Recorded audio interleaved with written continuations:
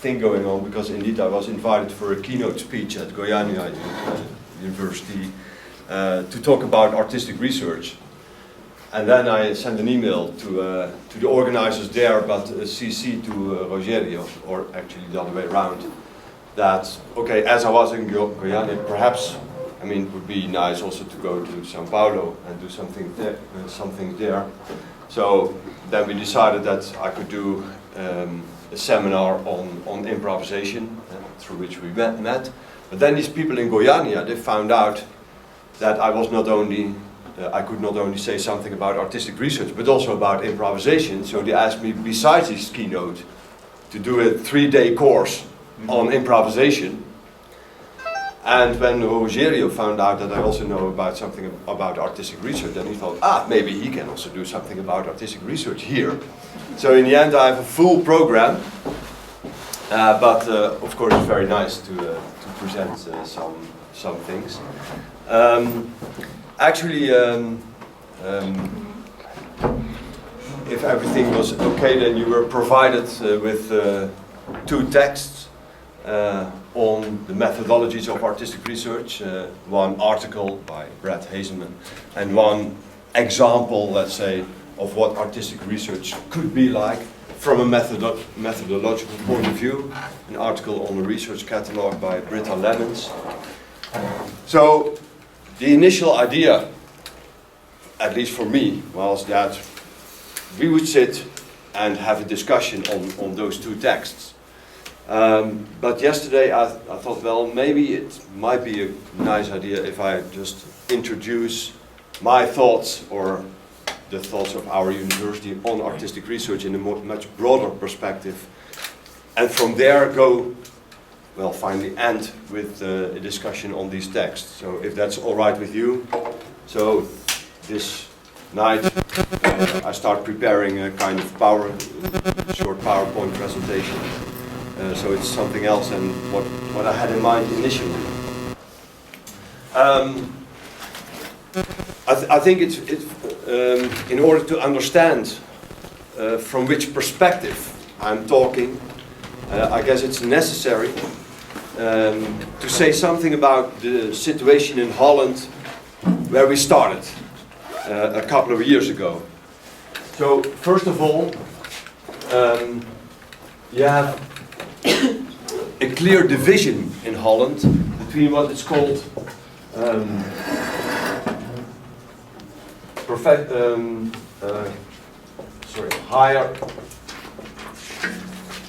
higher professional education and university, or university education. So there's a clear distinction between higher professional education and university education. Those are simply 2 completely different institutes with different finances, different buildings, everything different, which basically has to do with your previous education. So in high school, it is decided on the results that you get there, the marks that you get, whether you can go to either university, which is the highest level, or higher professional education, which is a level below. So, for instance, when you want to become a nurse, you go here. But when you want to study medicine, you go to university. When you want to become an accountant, you go to higher professional education. So the difference basically is that this is concretely leading to a specific profession, where, of course, university education is more general. It's more a way of thinking. Of course, you study psychology or biology or philosophy, but it's more, the level of reflection is different. So here you study economy, or let's say here you can say that you can study to become a teacher. Here you study pedagogy. And now I'm coming, of course, to the crucial point. if you want to become a musician, you study at a higher professional education. If you want to become a musicologist, on the contrary, you study at the university. So in other words, when you are a brilliant pianist, you belong here. When you are a very bad pianist, but you want to know something about music, then you go to university. That is the situation. So this can lead, which has changed thanks to European Union rules. So here you can study on bachelor and master level, but I have to put some asterisks there because that is different level, of course, than the bachelor and masters here. So both have the same title, but there is something added so that you know that this bachelor here is coming from a higher professional education, and this bachelor is coming from university. The only place where you can get a PhD is here. So that's a third cycle, let's say, bachelor, master, and then PhD. This is the only place where you can get a PhD. Now, what has changed recently, so recently is the last 12 years, so not so recent, but is that so to study music can be done only at a higher professional education, but it is the highest possible level to study music. They gave the opportunity to go to university, to enroll at the university, in order to get a PhD. So not for the others, but only for, not only for musicians, but for artists. Artists can enroll in university and apply for a PhD there. Of course, they have to pass entrance exams.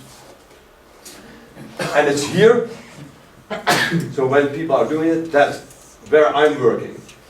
And this is called, our institute is called ACPA, which means the Academy of Creative and Performing Arts. So the only thing that we do is we provide musicians and visual artists, by the way, but I will only talk about musicians today. We provide musicians the possibility to get a PhD. So that is the background of, that's how our institute works. So we only have a graduate program, basically. We only work on PhD level. We don't have a bachelor or master. That should be done at conservatories, which leads to many problems, but okay, I will come to that perhaps. At the moment, we are working with 65 PhD students, and I'm supervising 18 of them, which is practically impossible, of course. 18, yes. Usually professors have 2 or 3, but yeah, I have 18 people. 5 of them will graduate before Christmas, but then, of course, new ones are waiting already. So that's my average that I have. Only of these 65, there are only 2 of them living in Holland. So I have more PhD students in Berlin and in Istanbul than I have in Rotterdam or Amsterdam.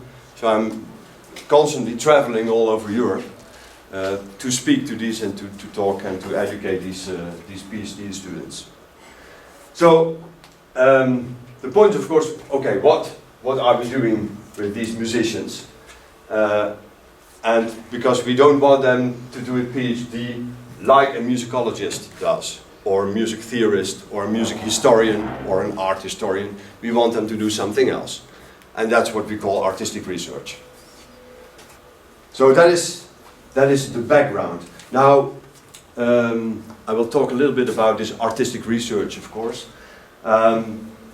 First remark actually is a bit like a negative remark in the sense that artistic research for us in Holland is very different from artistic research in the United States. At least our impression is that in the States, when you are, for example, a good composer, you start composing, you continue composing, and then you write some program notes or you analyze your own compositions, and that is actually what is needed, plus you do some extra courses, and then you get your PhD. I mean, there's not to put that down, but for us it is radically different. So we emphasize that there should be a very clear research question. We want them to contextualize their research. There has to be clear methodology, which I will talk later. And there has to be a clear contribution which exceeds your own personal ideas, but it has to be beneficial for both the artistic community and the academic community. So I think our impression is that we require much more from PhD students in artistic research than people in, for instance, in America and also in the UK do. So that brings us in a kind of unique position, at least in Europe. Well, this is what we approximately think that artistic research is. So art practice qualifies as research if its purpose is to expand our knowledge and understanding. So it's all about knowledge and understanding. By conducting an original investigation, of course it has to be original. If something has been done already, then of course we're not interested anymore. Which means that you have to know about the context, you have to contextualize, which means that you have to convince us in your PhD that you know what is already going on in your field. And then of course the most important thing is in and through art objects and creative processes. So this research takes place in and through art. I will come back to that later. Artistic research begins by addressing questions that are pertinent in the research context and in the art world. They employ experimental and hermeneutic methods, so there's already the first indication of the kind of methodology that reveal and articulate the tacit knowledge that is situated and embodied in specific artworks and artistic processes. I will also come back to this knowledge and specifically to this tacit knowledge. The research processes and outcomes are documented and disseminated in an appropriate manner to the research community and the wider public. Which means, in general, you have to communicate what you've done in an appropriate way. Which, of course, is usually a dissertation, but how that dissertation looks will be, I will show several examples in a minute. If you have any questions, or if you don't understand, or if you want to interrupt, please do at any moment. So it's better to have immediately discussion than perhaps wait until the very end and then you forgot, or it's. So if you want to say something, please go ahead. Okay. Some remarks about research. We make a difference, or I think the essence of artistic research is that you make a difference between research on, for, and through the arts. So research on the arts is usually done by historians, by musicologists, by art historians. Which usually means that there is a distinction between the researcher and his or her object.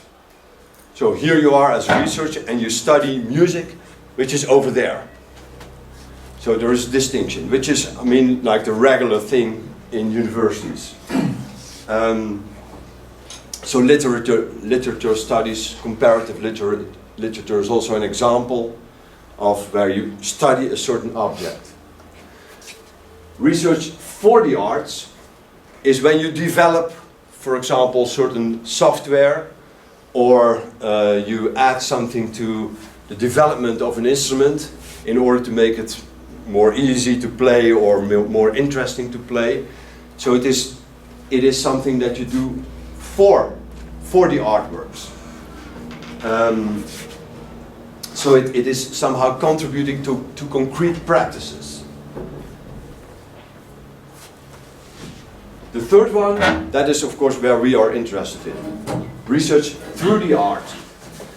Because there, in contrast to the first one, there is no clear separation between subject, the researcher, and the object, the art practice.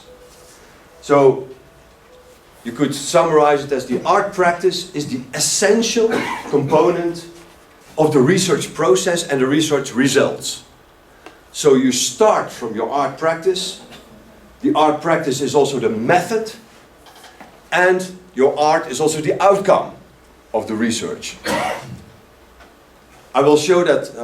Yeah. Would you say teaching is for or through? It's a very good question, and maybe I should go back in the sense that the definition that I just showed, and also all this, it's all theory.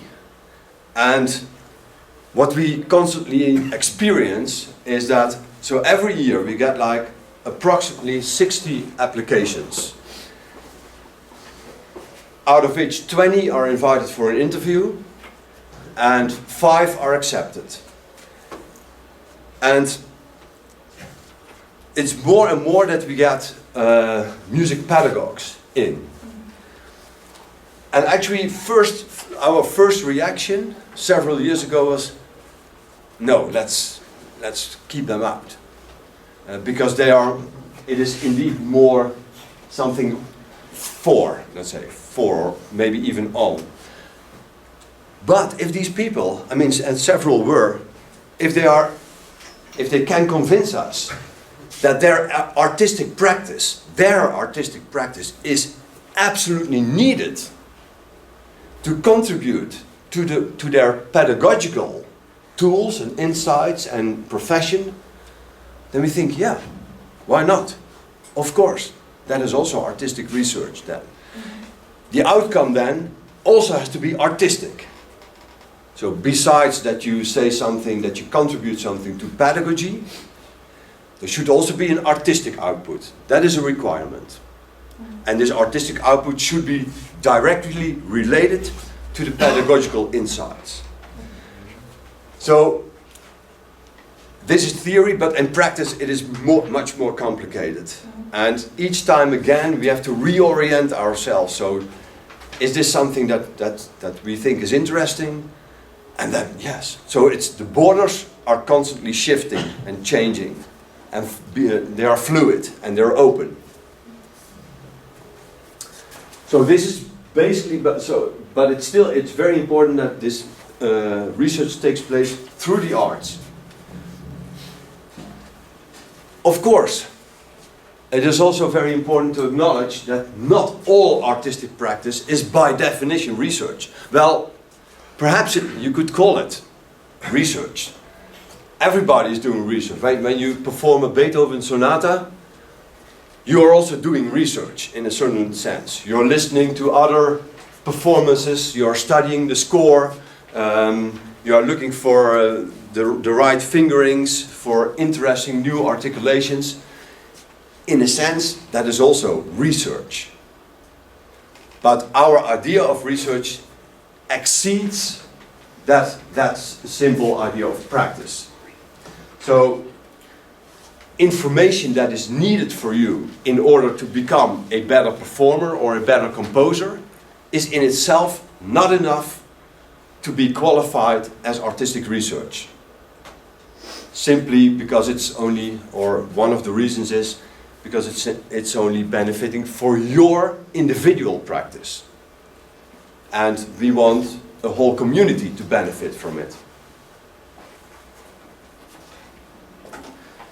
And then the third remark about research, there is a difference between artistic research and artistic research leading to a PhD.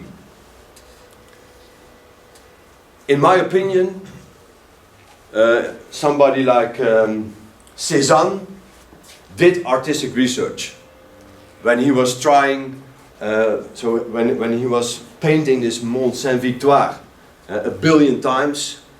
Actually what he did is, through his paintings, he said something about how we look and what visibility means. But the question of course is, if that what he did would be sufficient in itself to get a PhD. And then we would say no, because you need to contextualize that, you have to have a clear research question, you have to know what other people said about sight and about how visibility works. And then it could be perhaps become a PhD. So there is a difference between artistic research in general and artistic research leading to a PhD.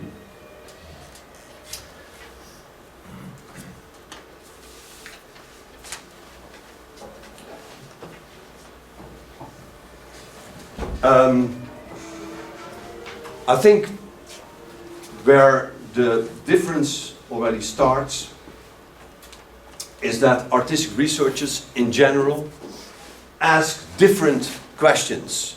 So stay again to the topic of music. I think musicologists, music theorists, music historians, I mean, they do all fantastic work. But they ask different questions than artistic researchers. In general, artistic research, so the musicians actually, ask questions which directly affect and influence their practice. The practice of composing, the practice of performing, the practice of being an electronic musician or whatever. So, by asking different questions, I think it is already legitimate, it's already justified that artistic research becomes part of the academic and university environment. Because it opens new ways of knowledge, or it opens actually new knowledge. Simply because there are different questions being asked. Just to give, I will give two examples of people who are studying with me. One of them, by the way, a Brazilian guitarist living in Switzerland, but I'm his supervisor. Yeah, I'm very bad at pronouncing his name. Alexei Viana. Well, I don't know if you... I think some know him as a good... Yeah, you know him, yeah. Yeah. So his research is on how to make polyphonic improvisation possible on classical guitar. And then not, let's say, the fake polyphony, like you play a bass line and then you go to the lead line and then you play some chords in between. So alternating, no, but real polyphonic improvisation. How is that possible on classical guitar? Of course, you need to be a guitarist to do that kind of research. You cannot study that as a musicologist or a music theorist. Of course, he will use music theory, but it is basically done through his practice as a musician. Another guy, and I will come back, I will show more about him later. He is a cello player from Belgium, interested in new complexity music. So let's say Brian Ferneyhough, just to give it one name. His PhD research was basically dealing with, okay, at a certain moment I find a package on my doormat, and that is the score of a new piece by Brian Ferneyhough written for him for cello. And then what do I do? How do I start studying that? So he is actually reflecting on his study process. and which kind of decisions need to be made. And that led for him to not only to the performance of those pieces, but also to the steps that he had to take in order to arrive at such a performance. Of course, another example that can only be done by musicians. So, in that sense, the questions are different. These questions cannot or will not be posed by musicologists. And it leads to new knowledge. Of course, the question is, what kind of knowledge? And here the problem starts, or actually not a real problem, but it is something that we have to acknowledge. So how can this knowledge be articulated or be characterized? Well, you could give many names. You could call it phronesis, and a practical wisdom, as it was explained by Aristotle. Or you could call it knowing how. The term comes from Gilbert Ryle, and he opposes it to knowing that. Knowing that is something that is asked traditionally at universities, but knowing how is much more a practical thing. You could also call it sensory knowledge, which comes from Immanuel Kant. Sensory, having to do with the senses, with your tactile or visible oral information. Or you can call it, with Merleau-Ponty, French philosopher, bodily knowledge. It is knowledge that is here. It is present here in your body. This cello player and this guitar player, they have that knowledge, or they are developing that knowledge, not so much here, but here. Or you could call it, with an Hungarian thinker, Polanyi, you could call it tacit knowledge. It is knowledge which is not, or not yet, articulated in words, but it's knowledge that is somehow present in you. But yeah, it is like, very simple. Polanyi gives a very nice example. I know how to recognize Rogerio's face from Fabio's face. But how to describe that exactly? What exactly is the difference? Can I write that down in words? Well, it will be very, very difficult. But it is knowledge that I have. Or tying shoelaces. Could you imagine? I have small kids. My 5-year-old kid is now trying to do that. Can you imagine that I would write down how to do that in words? And then give her she cannot read yet, but anyway. And then from writing it down, you should try and learn it. Of course, it will be impossible. So that is tacit knowledge. Or walking stairs. Do you really know what you're doing when you're walking stairs? Or I had my own experience when you start driving a car. In the beginning you're thinking, oh yeah, I need to clutch, goes to first pedal, then clutch, then pedal up, then give some gas. If you do it like that, you will never drive a car.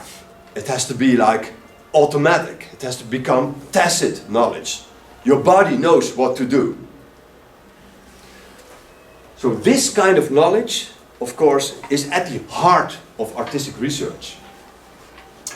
The only problem, of course, is how to articulate that. And that's where we think what is very important is that this artistic knowledge, or knowledge gained through art practice, cannot be conveyed, cannot be transformed into text. So this is knowledge that happens outside of any, what we could call, discursive practices, outside the spoken and the written language. It can only be generated, only be shown, only be presented in and through art. So that's why the artwork has to be a necessary outcome of your dissertation. If it would be possible to put everything into words, then artistic research wouldn't be necessary.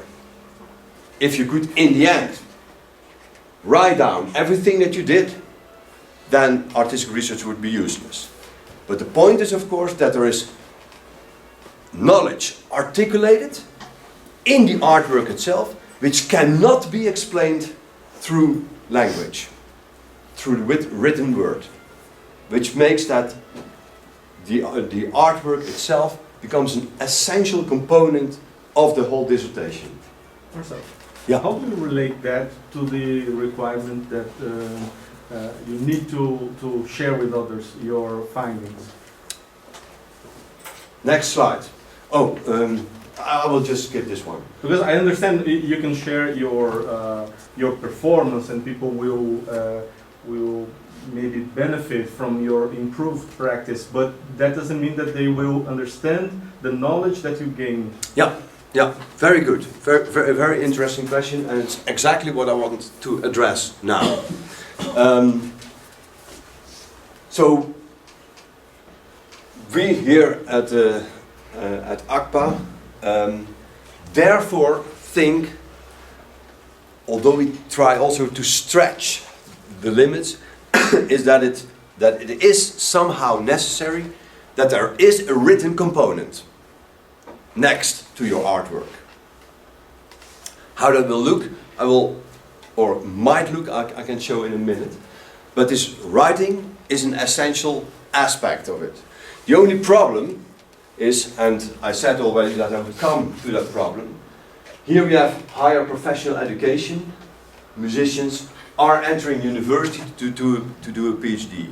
Well, our problem in Holland, but I think it's a general problem in Europe at least, is that at these higher professional education institutes, these musicians really become very good musicians. Very good composers, pianists, flutists, whatever, electronic music. But they don't know how to read. They don't know how to write. They never had any experience in that. So suddenly they are admitted to this PhD program on the basis of an application form, etc. And then we are asking them to write a thesis. So there's a big problem there. When to write, how to write, what to write. They're like, what to do? So that is something that we have to work on constantly. And of course that means that we have a graduate school, which means the first 2 years of their PhD.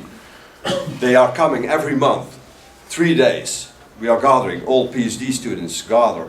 And there they get lectures and practical exercises in doing presentations, in writing skills, in heuristics, in everything what has to do with, like in the end being able to make a dissertation.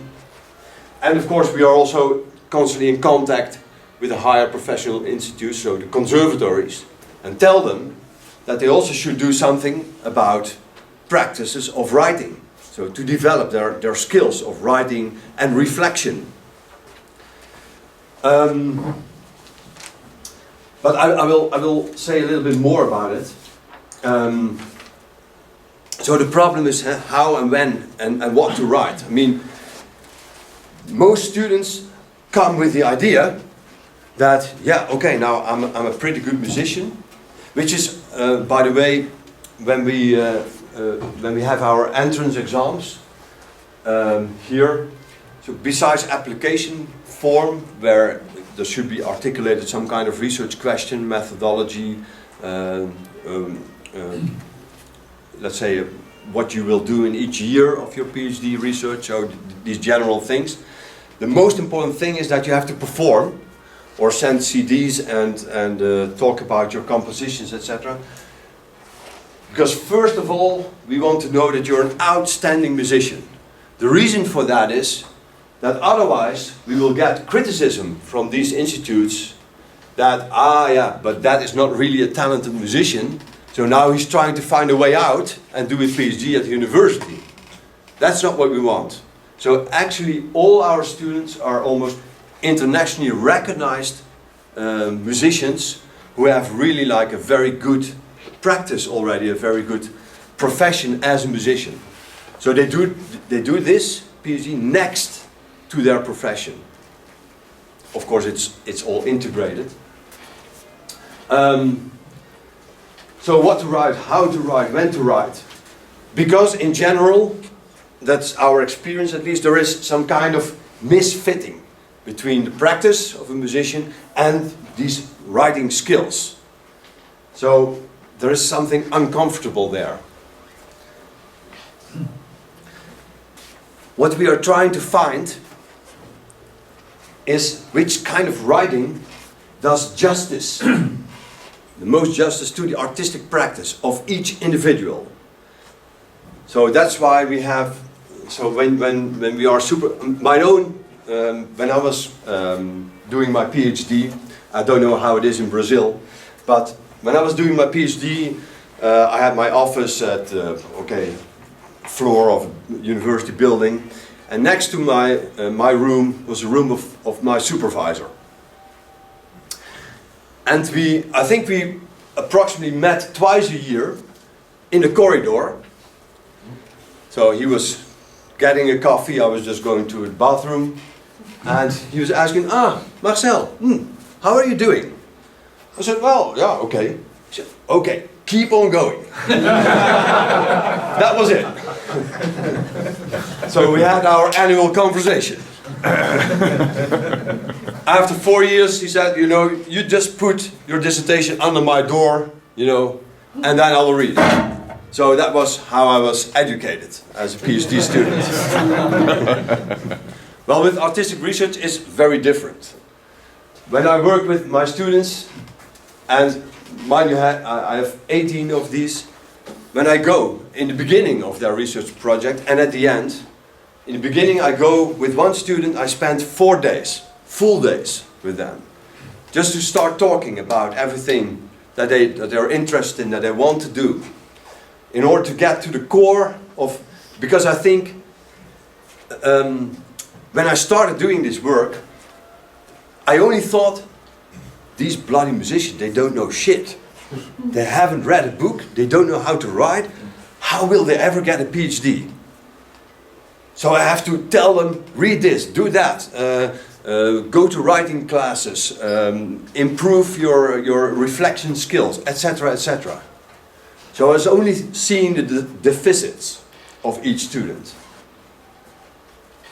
But then gradually I changed my idea. Because of this phronesis, tacit knowledge, embodied knowledge, I thought, no, they know quite a lot. I mean, they know a lot. They know even more, far more, than an average musicology student doing his or her PhD. Because they practiced for 10, 20, 30 years already. So there is a lot of knowledge in them. So it's my task to get it out of them somehow, to bring that to the fore, to find a nice way for them to articulate what they know. So that's where this crucial question comes from. Which writing now does justice to that specific artistic research of this particular candidate? Well, these are possibilities. A written part can be a reconstruction of the whole process. So you just keep a kind of diary. What did you do in order to come from your practice at the start of your PhD until the end? So what were all the aspects that brought you to, let's say, a different interpretation of a Mozart sonata when you started and when you ended? I will say more about it, hopefully answer your question finally. You can also interpret. That's more like a reflection. I did something, I played something, and now I will reflect on what I did. And then maybe I say, okay, this was not very successful. I will do it once more and then see how it improves. If you write that down somehow, these reflections, this interpretation of what you did, then it will benefit for other people, of course, because they can see, he or she made these kind of choices, these he or she didn't find very successful because of this research question, and in the end it came to this. You can conceptualize, so that's more like, okay, enter more like a philosophical reflection on your work. It can be, well, description, which is also more like a diary-like, so what's actually the whole process that I went through. So there are many different forms possible, but all in all, of course, it has to be a balance between academic rigor, because that is absolutely required on the one hand, and artistic production on the other. Now, to make it actually more concrete, I will show you two examples. Hopefully it works. This one, the first one, Arne de Force, is a cellist I was talking about, who is dealing with new complexity theories. Not theories, new complexity music. So he was basically describing what happens from the moment he receives the scores until a performance of it. Now, this was not just like, okay, I took the cello out of my case and I started to page 1 and I tuned, etc., etc. That's not how he did it. But this is how his dissertation looks. It is a box like this, huge box. Here is the written part, which consists of 265 aphorisms. Very brief, almost literary reflections on his study process, in which he uses mostly Deleuze and Derrida in order to make his point. So it was not like, today I studied scale of A flat or something. No, it was like a philosophical reflection, what it means to deal with new complexity. Because, as most of you might know, the problem with new complexity is that these scores are practically unplayable. So you have to make certain decisions how to deal with them. Of course, that's not completely up to you, because that would make it like almost anything goes. But somehow it has to be like, you have to be very much connected to the composer, to what the composer wants, but nevertheless, you are on your own to make certain decisions what to play and how to play it. Well, this leads to a very complex relationship between you, the score, the instrument, and the composer. And he used the philosophical language of Gilles Deleuze and Jacques Derrida and many others in order to articulate that in very short texts. So short aphorisms, it's more like, it reads more like literature. So that was the style that fitted him most. Next to that, of course, there are CDs of the work recorded.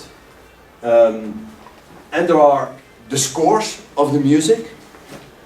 But these scores also contain transparents. So you have the original score. Then you put, and that's what he included, the transparent on it. And then on the transparent you find all the decisions that he made. So all the lines that he is playing. So you could see the original score and then see exactly what he did with it. In the committee, finally when he was defending his thesis, there were some of these composers were in the committee. And of course part of the defense is first of all that you give a concert, and then next to that day after or a few days after, you have the public defense, where you defend the traditional way. So professors are interrogating you as a candidate. So these musicians, these composers were also there, hearing what he did, so the performance, seeing how he did it, and then in connection to the written part, they interrogated him about certain aspects of what they heard. This is, if you recognize the first page of Mille Plateau, there you find a score which almost looks like this. This is the complexity of all the concepts that he used and how they all interrelated to one another. So this is more like the front page of his whole dissertation. So that's how it looked. Sheets, scores, a written part, CDs. And especially striking, of course, was the way he wrote. So he found his own style, which is extremely unacademic in a sense. He quoted Derrida and Deleuze, yes, but the way he did it, like I said before, it looked more like literature. And how are those theses received by other academics? Well, of course, in the beginning, there's lots of opposition. This is not academic rigor, they say. This is not how you write a thesis. Because there is no conclusion here. There is a research question, but it's very implicit. He doesn't start with, so, my research question was this, the methodology was this. No, you won't find it. So, there's quite some opposition. Still. There still is.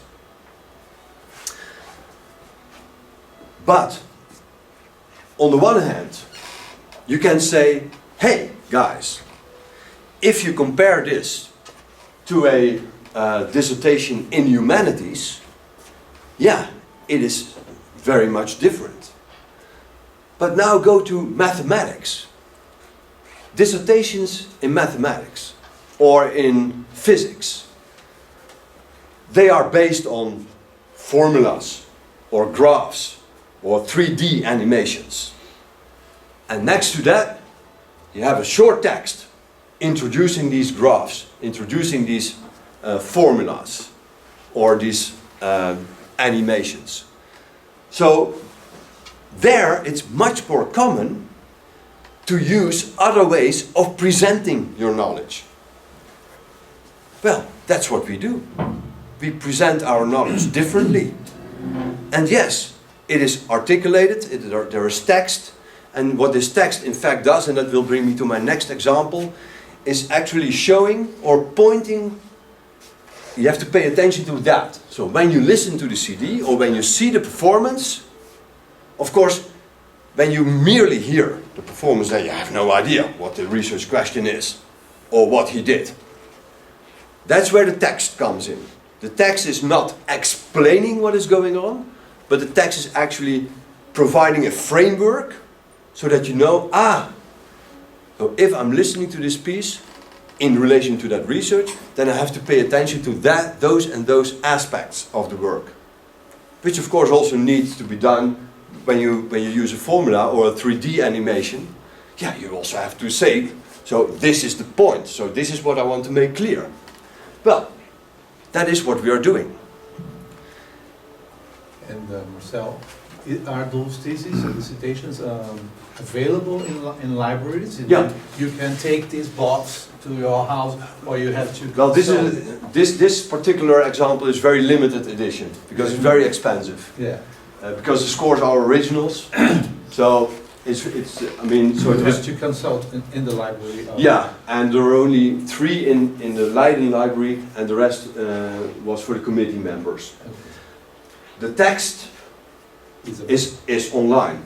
Okay. So we have a repository in Leiden where you can see all the dissertations. Of course, that is not really what we want, because it is, I mean, only the text. Yes, of course you can, it will show, yeah, you also have to listen to the CD, but these are commercial CDs. I mean, So you have to buy them actually, which is not really what we want. Therefore, yeah. I'm sorry, but this comparison with the formulas and the graphs strike me as very naive, because in those cases you have a very objective content that you want to simply synthesize and use a kind of minimalistic language, which in this case allegedly you don't have that black and white objective information that you want to convey. You want to lead someone through a process which is complicated and hopefully will make people understand those bodily concepts so maybe this is much more complicated than formulas and the graphs, and the comparison is... Well, the comparison goes in so far as how you present the outcomes. If you say, okay... It's a visual comparison mostly, not so much like the content. Well, if it comes to... I think what can be shown is a certain... it is happening in the performance, what you want to convey. There's new ideas that you came to through your research. So it is happening in the performance, but the text is needed to tell you, okay, pay attention to that. Objectivity is a very difficult thing in this sense. I don't believe in any objectivity, also not in hard sciences. Objectivity doesn't exist for me. You always, as a researcher, you always make certain decisions which are in the end arbitrary. Maybe there's a gradual scale, so hard sciences is, let's say, perhaps more objective than, let's say, on the other side, philosophy or history. But it's only gradual difference, it's not a fundamental difference. So, of course, I mean,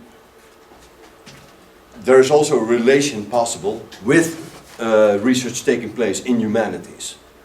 So, if my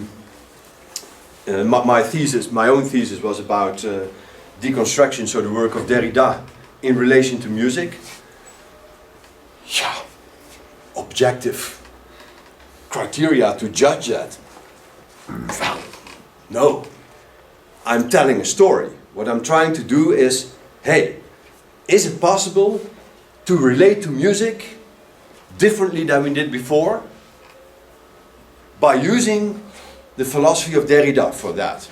Thereby opening up new possible relations with music and a new discourse on music. New ways of talking about music. Yeah, that is, I mean, objective. I mean, I use arguments for that. And I use examples. Well, that is the same as what they're doing. It's only about how you present it. How you present then all these arguments. And our idea is here that these arguments are presented through music.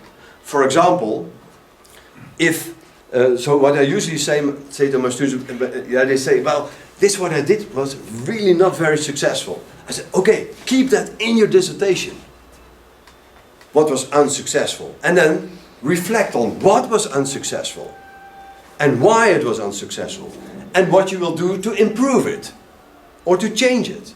Because that is interesting for a musician to read, and maybe also for a musicologist, and maybe even for a philosopher, or maybe even for a biologist or psychologist.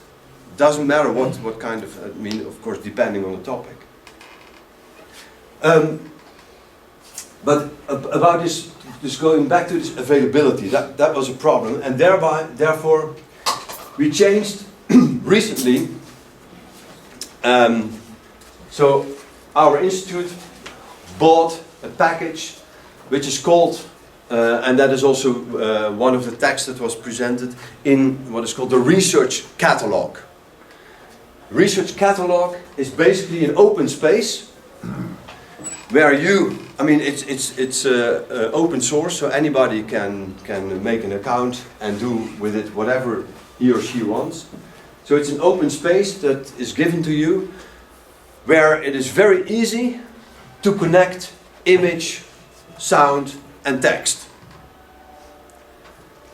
And for us that is a very, at least it seems like it's a very interesting and nice solution to the problem of having the text separated from the music on CDs and from the scores and from if there is also like video footage. Because that is not the way that university libraries can present it. Now, the dissertations that we are working on right now, they're all online. And they're a kind of mixture between all these media. The first one who will graduate through this process is a guy from Chile, Juan Parra. And this is actually the table of contents.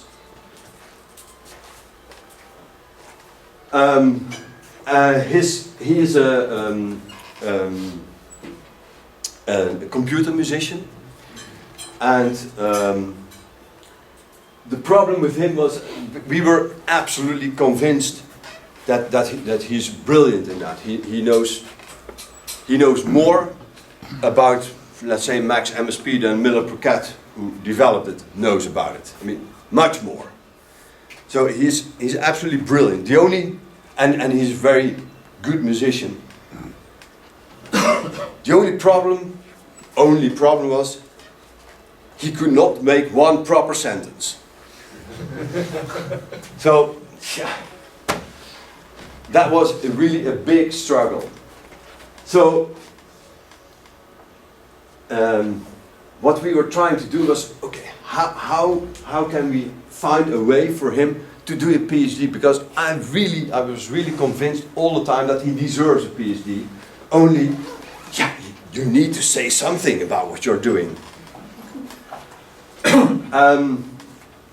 So what we decided to do is, first of all, simple, which is actually the basis of artistic research, but you have to constantly think anew about it, to put his projects, so his artistic projects, central. Well, these are, apart from the introduction, and this is also a kind of introduction to the introduction, but the rest, what you see here, so reconstruction on Luigi Nono, reinterpretation of John Cage, reappropriation of Morton Feldman, timbre networks, PLP, KVS walk, flux pattern, multiple path. Those are the projects that he worked on during his PhD. What I've asked him to do is, first, can you give a brief introduction of your project? Just tell me what this project is all about. What is the point of that project? So actually, what was your question? What was your interest in doing that specific project? Second, contextualize that a little bit. So were there composer, performers, technicians who already worked with that same problem, who said something about it, who did something with that? So give it like a kind of historical or theoretical context, also very briefly. Then the main part, show all the rehearsals and performances of those works, and then at the end write a little reflection on that. So what was successful, what could be improved, why did you want to perform it like 7 different times with different musicians, what did you get out of that, and how does this one project lead to another project, logically. So did you cover the whole problem and are you moving to another one, or were you perhaps dissatisfied with the way it worked out and you needed another project to develop it anew? So that is a kind of reflection that was needed. Well,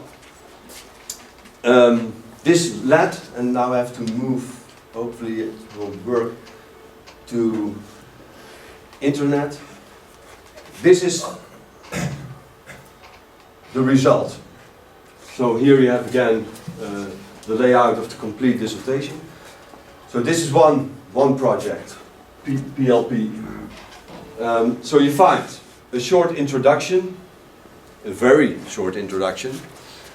Then the context, how it was embedded in already existing. So this is only all online. Well, not yet available because he is only defending in December. So what I'm doing is completely illegal here to show you already all this. So here's the context. And then we go to examples. So this is a video. I hope it worked. I tried before you came in and then it didn't, but I think this one might work. It should. No, not.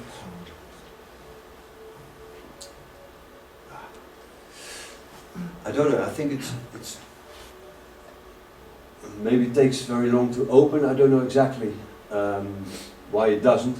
But anyway, these are examples of these pieces. So performed with a violinist, with a guitar player. Here is the composition. So the score. In other places you find Max MSP patches, plus how he produced them, how he made them. So not only like the image of how it looks, but the whole process, how he created them. And what I did before and is at least, I mean, to give you some idea how it sounds.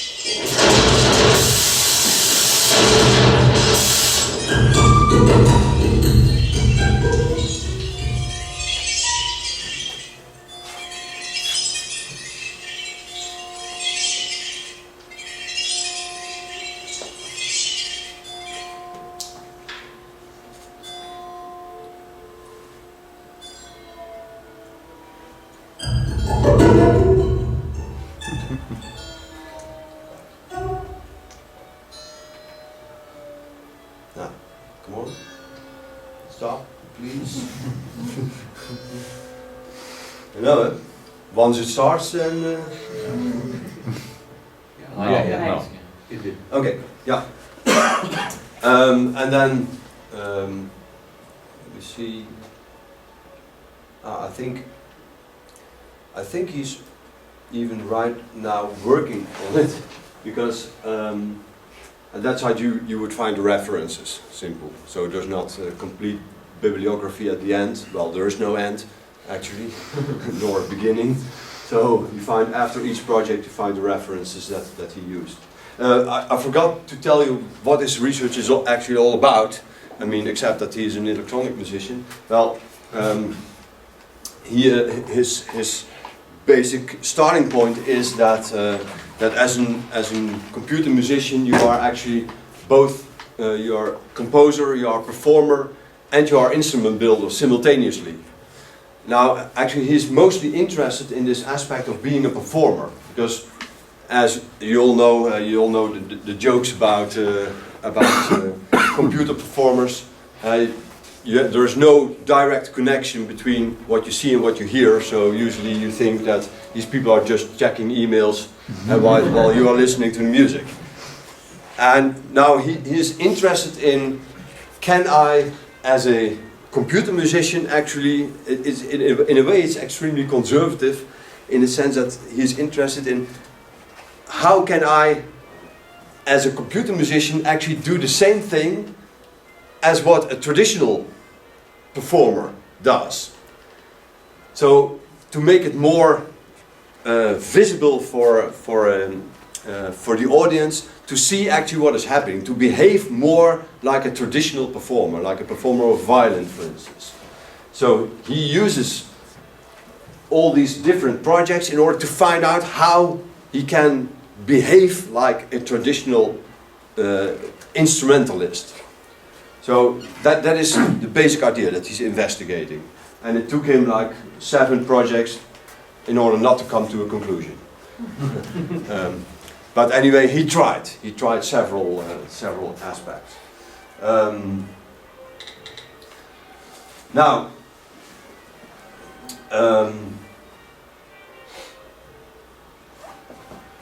I had a question Yeah. on those 2 projects. yeah. Did they include recordings of the pieces at the early stages, like when he was starting to read the Brian Fernhound cello? Is there a recording of the evolution of this performance? Yeah, in the first case, not. So you only have the end result. So he produced commercial CD where he's performing those works. So he didn't document the rest. He only reflected on it, but then in a, let's say, pseudo-philosophical way. With this project, yeah, you find rehearsals and you find many different performances of the same piece. And he is adding comments, so why he performed it with this musician, what exactly happened there, what kind of decisions were made, and how he needed other musicians to do other things in order to explore the whole composition that he made. So to explore the process of, and also how he could behave as an instrumentalist on stage.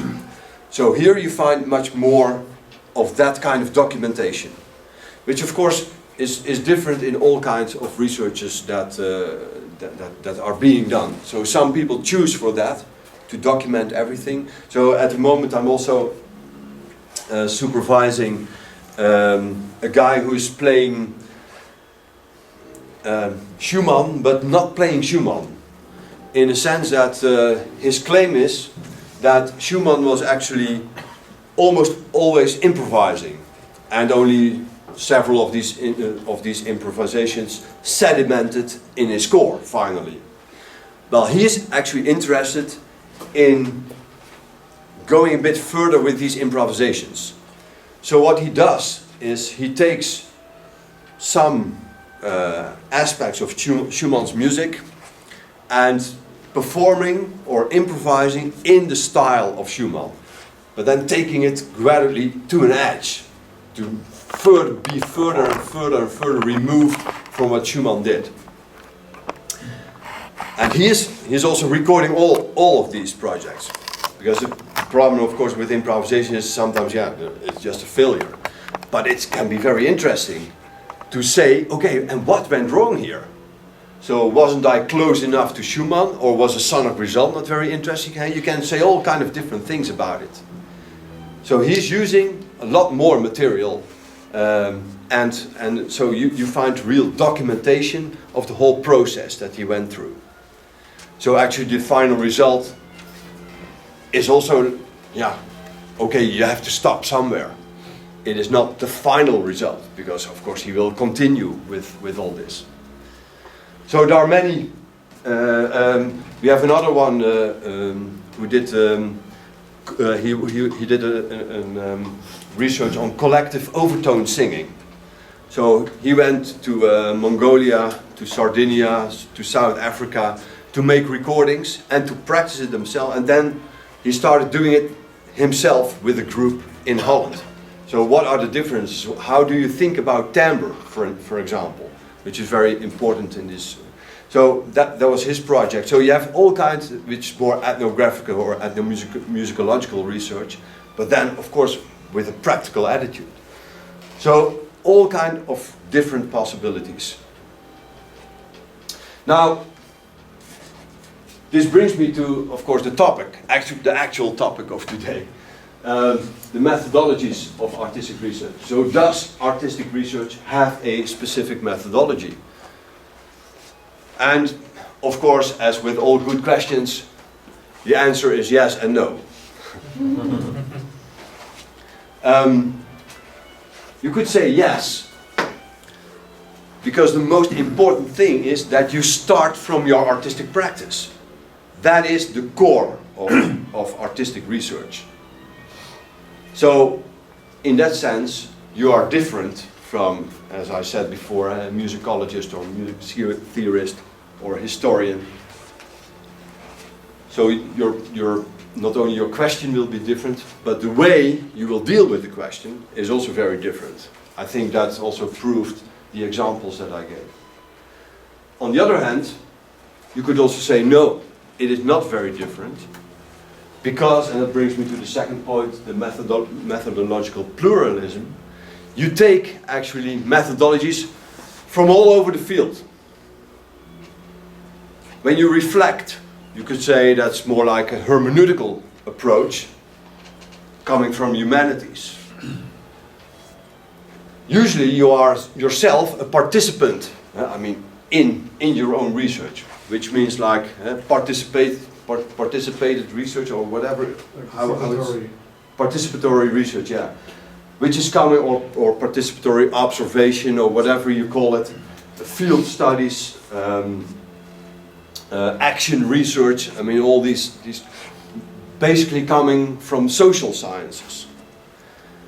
And you do a lot of experimentation. Sometimes you're more in a laboratory setting, which are coming or developing new materials, new techniques, which is more coming from the hard sciences. So you just grab whatever is needed for your research. So on the one hand, you could say, okay, there is a specific methodology because your artwork is central. On the other hand, methodologically, you can take all kinds of different methodologies, which of course fit your research the best. Which leads to this methodological pluralism. Most of the time it's a kind of combination between all of them.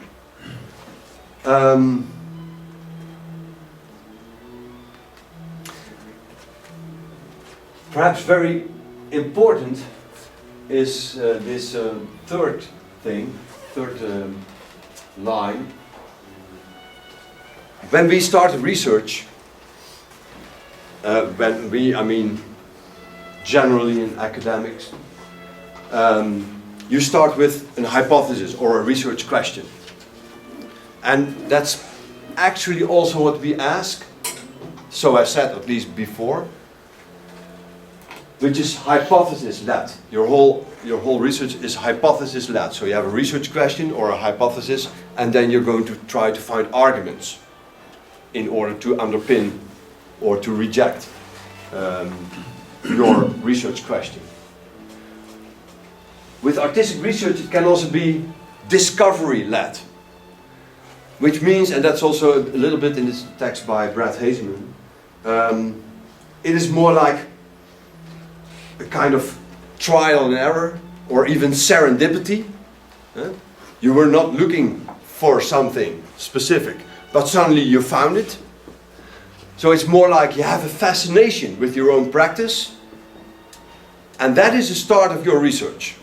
So there is not a clear research question. It is more like I have a fascination of doing something. For instance, this guy with his Schumann improvisations, it was not completely clear what he wanted to do, but he was absolutely fantastic pianist and absolutely fascinated with what he was doing. So we thought, and we were convinced that he had a lot of knowledge about this.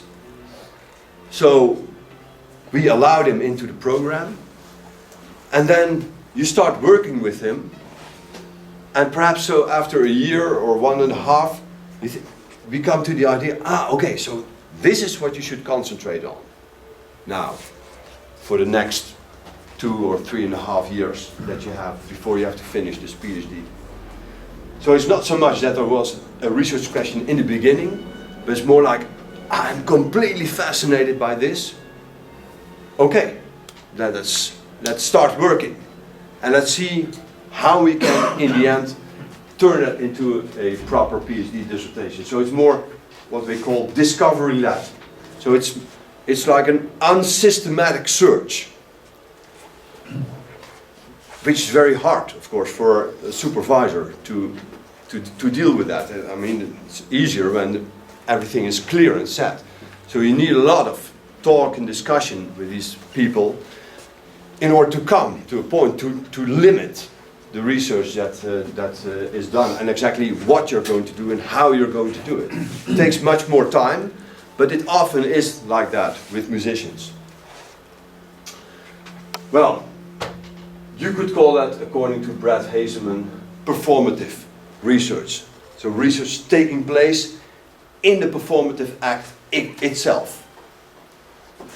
And just to end, or maybe that is only the beginning of what could be a discussion. So this Britta Lemmens is an example, if you have briefly looked at her text and all the footage, all the images and sounds, sound files. It's just an example of this methodological pluralism. By the way, that was, if you had a look at this final example, that was not her dissertation. I mean, first of all, she has nothing to do with my university. It's just coming from, I don't know exactly where, Northern Europe, I think. Well, Holland is also Northern Europe, but I think it was Scandinavia or so. This was not her, excuse me? Northern Europe. Yeah, even more northern, yeah. Where you don't want to be, let's say. That was not her dissertation, but it was an essay which is constructed on the basis of her dissertation. So her dissertation can be found elsewhere, but this was just like, let's say, a summary. And I chose that example to send it to you, basically because she is using all kind of different methodologies in order to get information about her research, which was about fado singing.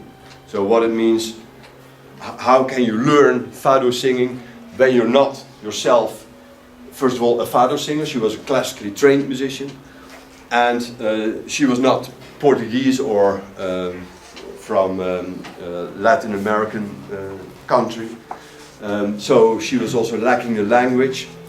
And she found out that this fado singing, okay, you cannot simply go to a conservatory and then say, okay, let's go do some fado singing here. No, that was happening like everywhere, you know, you had to go to venues and to special people whom, yeah, you have to know the circuit. You have to know the in-crowd. And she is describing the process, how to find information and how to do exercises. How to rehearse, how to perform all this, how to deal with that specific language, with the bodily language that is needed to sing this. So that was her research, and so a brief essay, let's say a relatively brief essay, can be found there, where she is telling something about how she proceeded. Well, guys, that was it.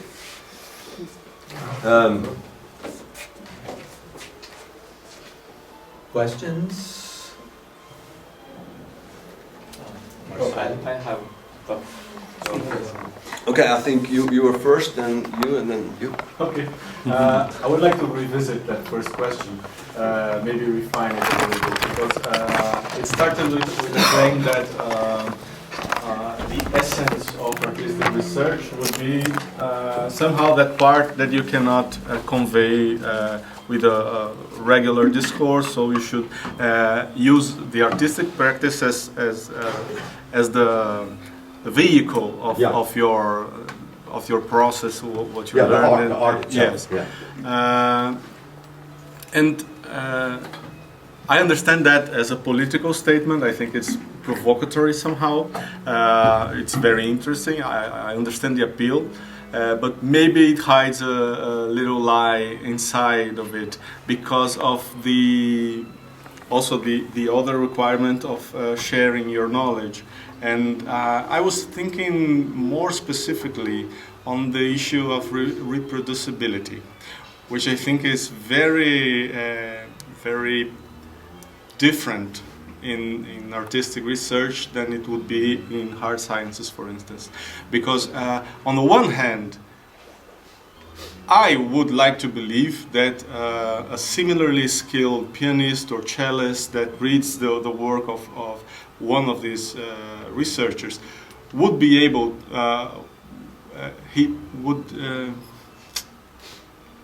the research would require, or I don't know how to express that. It would be desirable that he should be able to reproduce the process, the artistic process, and the learning process that the other researcher did, and that doesn't mean that he would find the same results.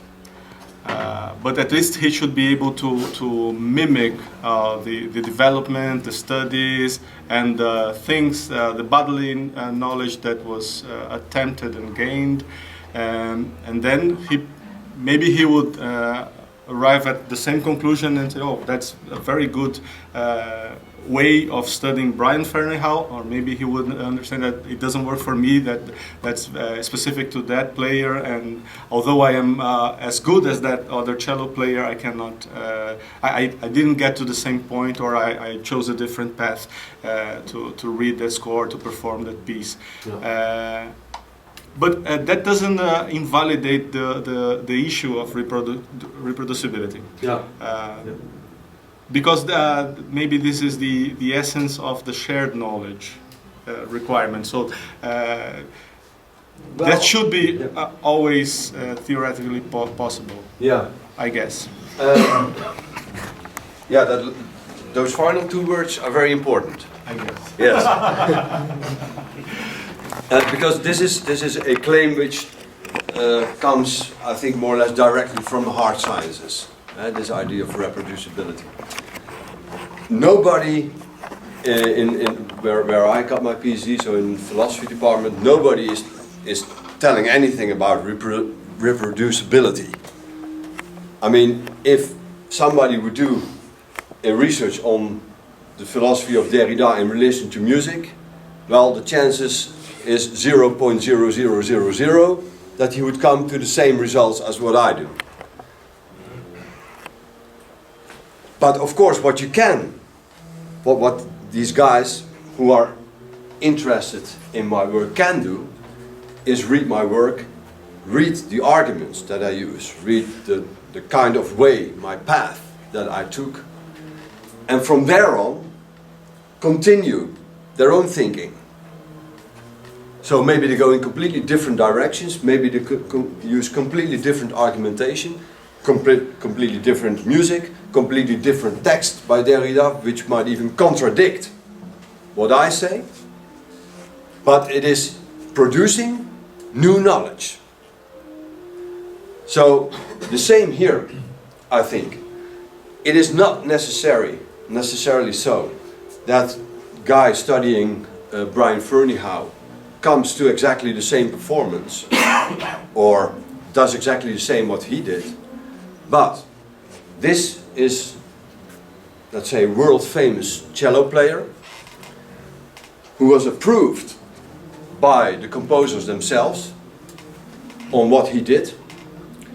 So it might be beneficial for a cello student interested in this kind of music to see the decisions that this cello player made throughout his process. And maybe then he can save himself a lot of time in order to, instead of going through that same process again, which is also possible, that you think, okay, now I want to start from zero, from scratch, and forget all about what this guy did, and see where I come. But it might also be like that he said, okay, yeah, I was always struggling with this bar. Now I see here the way he did it, fingering, the choices that he made in relation and approved by the composer. So perhaps that is the way I can also start studying that work. So in that sense, he will benefit a lot from the work that has been done by these guys. So I think that in general, especially for musicians, they can benefit enormously from the work being done here.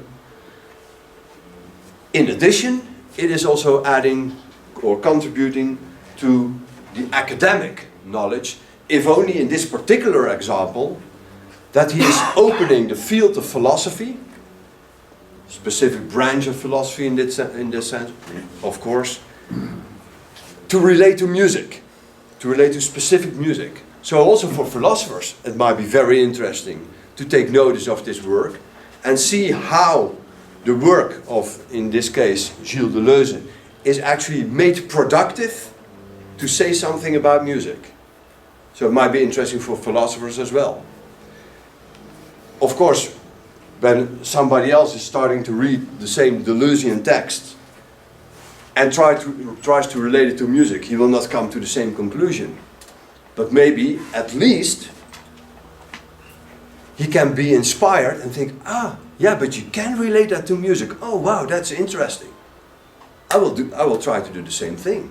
Yeah, when I talked about reproducibility, I was actually more thinking about performance and practice and fingerings and this kind of example that you gave. So more of practical knowledge that you can share directly to your writings.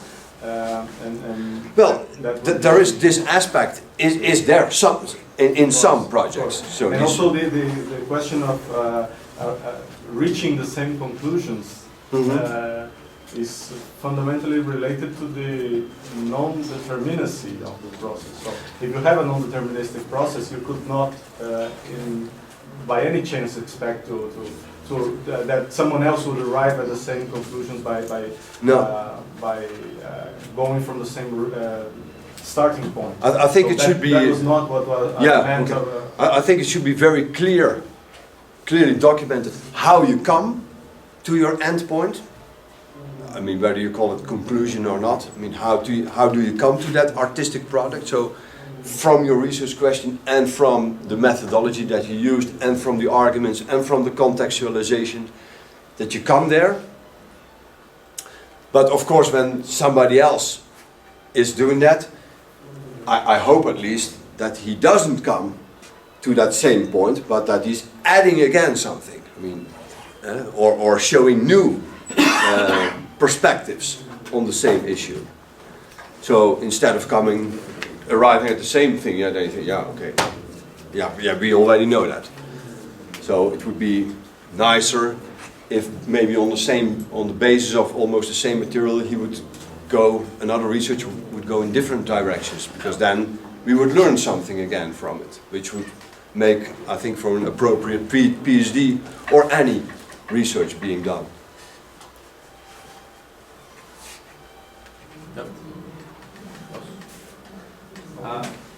I think that I'm not making questions, just comments, because it's a very important discussion here in Brazil too. I think in many other parts of the world, when the arts start becoming part of this academic field, and I guess I've been following this discussion for maybe 20 years. As being part of some institutional organisms, and I think that we are finding a way of balancing this artistic production inside the university with a more consolidated field of research. But there are a few points that we are still lacking of solutions, I would say. One of them has to do with the idea of reproducibility, which I think is more related to the idea of objectivity and truth, which is not applied anyway to arts in general. But how can we think the career of an artistic research in an academic field when we cannot, because this guy has to struggle for financial support from institutions, and he must be evaluated against other colleagues, so he must progress in his career. And when we have such products as we have in performative research, how can we evaluate the results and the outcomes of this particular researcher in a context that is already set, let's say? That is, of course, the question, if it is set. One of the first texts that I wrote on artistic research was called Trojan Horse. And it was not meant as a warning, but taken as a warning by many universities. So what will happen if you allow artistic research in a university context? That means that you have to rethink what knowledge is and how you deal with knowledge, and for that matter, truth. Uh-huh. And we don't have to go very far in academic circles to find different ways of truth than having a kind of clear connection or direct connection between a theoretical frame and what is happening in reality. Because that is one positivistic idea of what truth could be. But as some people are already studying the work of let's say Martin Heidegger for some 70 years now, there are other ways of thinking about truth, because he says, well, that is adequatio, that is trying to find a relate, but is there truth in art? And he said, yeah, there is truth in art, but it's a different idea of truth. So basically my idea about academic work, and there's not so much difference between artistic research and any other academics, I think I told it also yesterday, said it also yesterday, is that they are telling stories. Everybody's telling stories. A historian, yeah, he uses facts, though I would say these facts are also constructs, but I mean, let's say that most people more or less agree on these facts. Now what this historian does when he does new research, is you take several facts, you select them, of course not randomly, but in a way you select certain facts, you leave out others, for example because you think that they are less relevant, but you select them, and you have, out of these facts you have to create a story, a coherent new story which adds something to what we already know. And it is there exactly what I call the cement between these facts, where of course the aesthetic aspect comes in, and the ideological, the political aspect. So the way you do it turns your historical research into a novel. And I think basically every academic is doing that to a certain extent. You make a selection of the ingredients that you want to use, and the way you organize them, the way you present them, the way you relate those ingredients one to another is actually in a certain sense arbitrary. So in that sense there's not so much difference between what somebody dealing with art does and what somebody working in the traditional academic world does. If you can talk at all about what a traditional academic is. As we found out also in discussion, I mean, hard science have a total different take on what doing research is than somebody from humanities or somebody from the social sciences. So you cannot compare them. I mean, there's not one paradigm there. Now, about the prospects for somebody like that. Going back to this, what you see in Holland, but all over Europe, is that this higher professional education needs to be academicized. So these people need to do more research. here, people working there. So you find all kind of projects at this moment of people teaching, for instance, at conservatories, to do their PhD or to do some kind of research, maybe not leading to PhD, but doing research. So once you have an artistic researcher, you will get a much bigger chance of being accepted as a teacher at the conservatory than when you're without a PhD. What you see in the academic world, that more and more, for example, in anthropology, just to stick to that example, is that you find that people are dissatisfied with the ways they had to produce their knowledge, namely through text. So more and more you see there that they make connections with, for example, artists to produce knowledge in another way. Most simple example is, of course, that you say, okay, here's a video, instead of that I have to put, I mean, what I personally dislike a lot about musicological research is that you need 5 pages to describe 1 bar of music, instead of just pressing a button and you can listen to that bar. So you describe it in 5 pages, but you still have no clue how it sounds. Now here, boom, you press and you can hear it. So you see that in many other branches in the academic world, that they are dissatisfied with that they can only use text. So also in that sense, you see a lot of crossovers and of interdisciplinary research taking place between, for instance, psychologists or anthropologists and artistic researchers, who are then not only, I mean, so what actually is happening is that their artistic practice is also entering the anthropological discipline. So of course they have to negotiate to what extent. I mean, they're still like an autonomous artist, but I mean, so they're, I mean, it is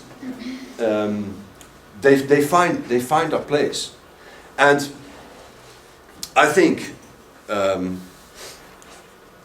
so what is happening is here you get this academization. So let's say university standards are entering the higher professional education. You see through this artistic research that is entering university. So both are, let's say, benefiting. Here you get new kinds of knowledge, and here you get new kinds of knowledge. So it is a win-win situation in a certain sense. Although, of course, people are also like, oh, do we want this change? Of course, you always have these people who are afraid of anything new happening. And I mean, they pose the right questions, which are interesting and necessary questions. So, but you have a win-win situation. Only, I think there's one victim. And my prediction is that in 10 to 15 years from now, musicology will be a sub-branch of artistic research. It will be eaten by artistic research. It will stop to exist as an independent discipline, but I think the standard will be artistic research, and one aspect will be musicological research. So I think that those will be the victims, because simply, well, for one reason, is that the questions that they are posing there, I mean, they're not irrelevant, but the community to which they are talking is so small that, and it's so completely distracted from the artistic practice, that I think that will become the standard, and musicological research will of course keep to exist, and necessarily so, but it will be much smaller than what is now, and less powerful, because they, at least in Holland or in Europe, usually claim that they are the only ones required to speak about music. Well, I think that will come to an end. Hope so. 10 to 15 years. Okay. first year here, so I'm avoiding with questions and things. As you were speaking, it came to me a lot about Rogério's work with Orchestra Ghent, and I'm not quite familiar with it. I just follow it on a distance. But you were talking about, and here and now on this last question, especially about the impacts of artistic research on academics, but also when I think about Rogério's work, I also think about dealing with performance as a kind of research also impacts performance, because when you talk about things like free improvisation, the act of free improvisation is it seems to me like an ongoing act of artistic research, because every time you come to a room to do free improvisation, I guess you're trying to prove a point, that it can be done, that it can be music, and it changes the way people deal with performance. And sometimes I see people around here and my colleagues, and they deal with their practice in a very acritical way. They just don't think about it in a critical manner, and they just reproduce and techniques and things that are kind of closed on itself, and they're all thinking about being great virtuosos or things like that. And I think the impact of those kinds of research is also very, very important for performance itself, because I see performance being sort of dead, just like the some kinds of musicological research. Sometimes performance is also dead. Mm-hmm. Performance can be just as empty as a research that has no point on performance. Mm-hmm. Performance that has no point on research is also pointless to me. And Rogério's work on free improvisation brings me that, although I don't know it from deeply, but I have contact with Estenio and his research on free improvisation. You should come to the rehearsals. Yeah, I work. Sorry, but I really would like to. So if you as well could make some comments along with Marcel about it, and I don't know if you're familiar with his work. I was there yesterday. Yeah, he played with us. Okay, so I think it's very important to have experiences like that, because it changes the way people deal with performance as well, not just the way we deal with research, but this dialogue is very important. Let me, before I give, before you can also react, I think, by the way, that you're very true, that what he is doing is actually has all the germs of artistic research.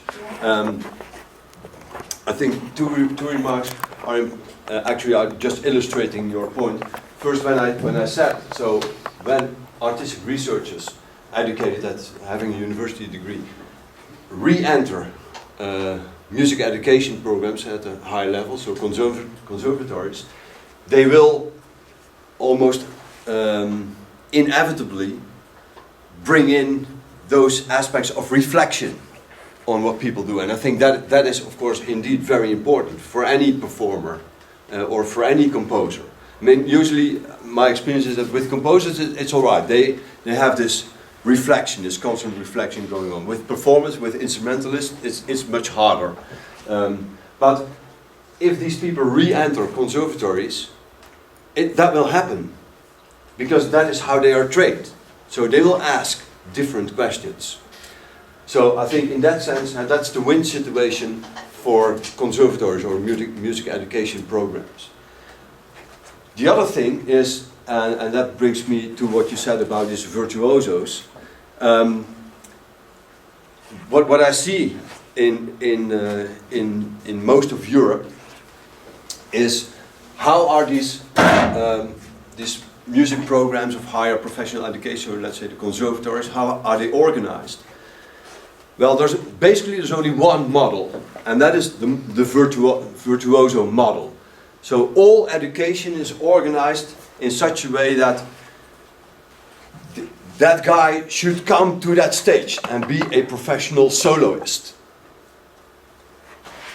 Well, how many percent of these people make it to the stage as a soloist? It is an absolute minimum, of course. It is 1 out of 100,000, probably. So, what we are trying to do at this moment in Holland is to rethink professional art education. Which means, of course, you can go to a conservatory and you can do a very good education program there without having this only idea that you have to become a soloist, or that you become very frustrated in the end because you're not that soloist, because you're simply not good enough as a soloist. So we try to diversify the program much more. It is, of course, an extremely simple solution, but it takes a lot of time to convince teachers, for example, who are only interested in these absolute talents to teach. And they also think, but they have to be in this world famous orchestra or a soloist or whatever. No. You can also say, this person will be a very good chamber orchestra, or accompanist, or educator, or music theater, or artistic researcher. Which means that you have to reorganize your education program. Because, of course, when you go into another direction, means that you will have other music theory, that you will have another approach to your instrument, to the repertoire that you are playing. So other things are required. That is what we are working on at this moment. But I can assure you that it's usually very hard to do so. I mean, yeah, these programs, these exist. I mean, you can already study music theater or music education, but in the end, it's actually all the same. Because when you go to your piano teacher, this piano teacher still thinks that he is the most important person on earth, that he knows everything that you should know about piano playing, and that he's doing exactly the same repertoire with a student that comes before you and after you. But if you say, no, I can't be this soloist, I will do chamber music with you, well then you think, wait a minute, then I'm not interested in you, then go to somebody else. So we are trying to change that program, to diversify it, so that you can do, and that you are really needed in society, in the music society. Because most people, in Holland, every year, 40 classical pianists. I mean, we have a population of 16 million, which is less than in Sao Paulo. Every year, 40 classical pianists graduate, get their masters from any of the 13 conservatories that we have in Holland. And they're all playing up until, let's say, Rachmaninoff, approximately. Some go a little bit further, but most of them stop there. So it's between, let's say, Mozart and Rachmaninoff. So they're all playing the same repertoire. 40 brilliant pianists. And what do you do with them? Yeah. They have one gig in 2 years.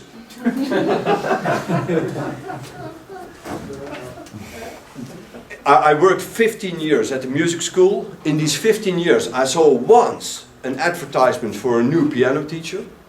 So, they're not needed. But they can still, I think when you change perspective a little bit, I think they can find employment. There is work. Somehow, but not the way they are educated. So I think if you diversify, and artistic research is just one aspect there, one possibility, I think this will enrich the music world and thereby the whole society. So, yeah.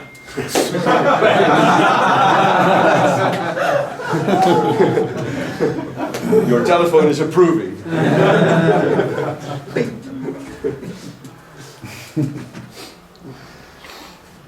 Well, I don't think it's necessary that I answer, well, Rafaela, well, because we are in the end, it's already 12, but shortly I would say that yes, she's right. The work with Orchestra Ghent has, without, I haven't thought systematically in this kind of approach that Marcel is bringing, but we are always dealing with this kind of issue that how do we make research with art, and how do we make performative research, and the Orchestra Ghent is a way that we find to connect things. And Marcel was there yesterday. It was very interesting, and we have performances, discussion, and I told him, and he knows, and I think everybody knows here, that connected with the Orchestra Ghent, we have researchers, Fabio, Jonathan, and others that are doing the research, and the orchestra is a laboratory. But I think it's underneath the work of the Orchestra Ghent, this that Rafaela has told us here, that it's a way of rethink performance, and has all this political and aesthetical and social dimension of questioning this old and old-fashioned way of thinking of music education, of forming virtuosos and musicians to play in the orchestra, and well, becoming pop stars of the classical music and playing Rachmaninoff and everything. So I think we are dealing with the same issues, and well, I want to add very briefly. It's also again a reaction to you. I was just thinking about it. Sorry. No. It's thinking is my profession. We have in Holland. It's only very brief, so I won't consume much more of your precious time. We have what is called KNAW, which is the Royal Dutch Academy of Science, and actually this is a very important organization because they are distributing all the research money in Holland, so distributing it through universities and formulating certain projects which are pilot projects for them. So this is very important. So Royal Dutch Academy of Science. Since April this year, they added to this organization what's called the Academy of Arts. Consisting, and so here you find like really the big shot professors of Holland. So the most important, like 50 most important professors in Holland, and most important means the ones who do like really outstanding research, who are publishing the most, etc., etc. They added since April. They added the Academy of Arts. 14 members at the moment. 14 outstanding, internationally renowned artists, Dutch artists. So they are member of this organization now.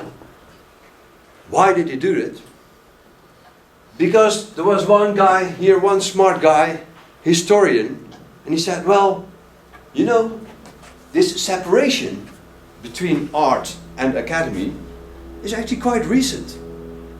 It's only a couple of centuries. And before, yes, art and science, they belong together.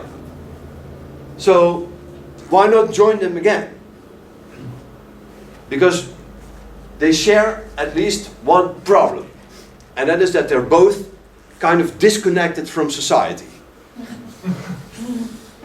So perhaps together we can join forces and try to reconnect which is also, by the way, the last part of the Hazeman text, which is about that. So the problem that we are facing is when we don't show that there is some kind of social, so that society can benefit from what we are doing, then why would politics be interested in financing all this? Because there's a hell of a lot of money, of course, going there. So that's why there's this need that we explain to society, okay, we do this research and you can benefit. I mean, not concretely. It's not about like, okay, now I as a philosopher have to think how to sell more ice creams to an audience. Of course not.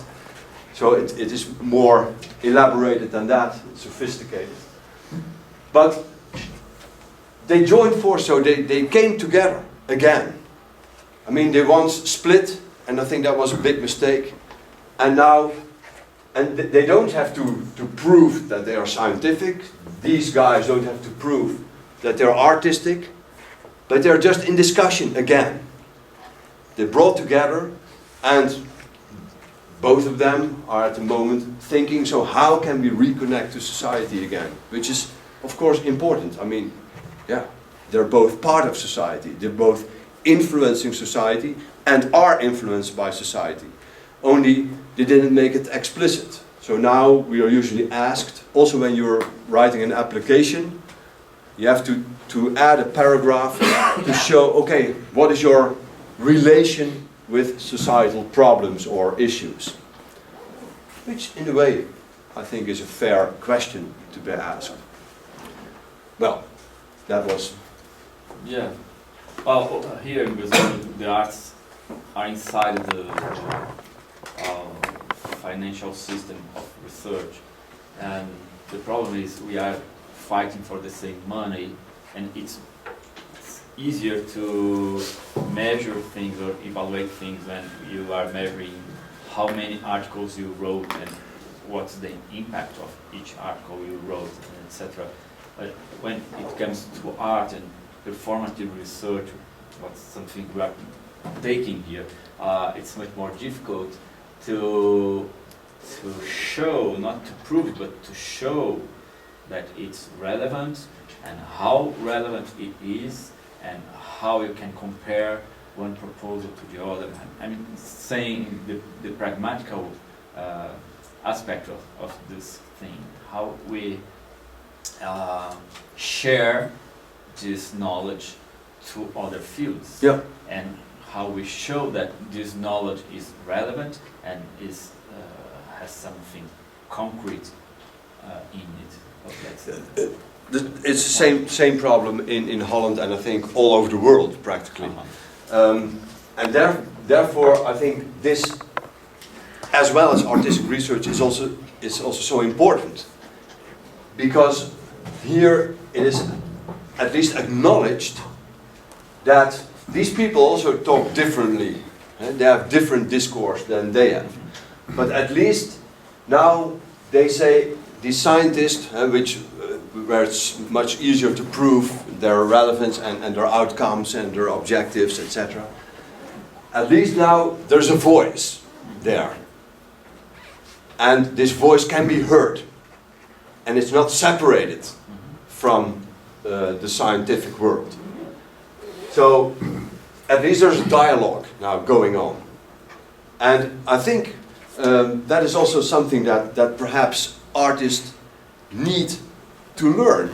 I mean, to say something about what they are doing, instead of saying, "Don't touch." I mean, I'm an autonomous artist, and you don't fuck with me. I do what I do, and take it or leave it. Yeah, that's an attitude, which is fine, but yeah, it might also have some consequences. Not that you have to become a commercial artist, or that you have to change your work. No, it's not about that. But that you are somehow able to articulate what you're doing and in which context and why indeed it is relevant to I mean, not in the sense that it has economical value. That's all bullshit. I would say the contrary. So maybe by giving artists a voice, you can also say, okay, this dominance of the economical and positivistic discourse can also now have a counterpart in other kind of values. And maybe art can play a very important role there. So I think we all have to move constantly and not to lock ourselves up in an ivory tower and say, I'm not dealing with these, these issues there, like talking about relevance. No, I'm a composer and my compositions are brilliant. Yeah, but if your world premiere is simultaneously your last performance of that piece, which happens, I think, in 95% of the new works, well, then there is a problem which you cannot not face. Okay. Thank you. Well,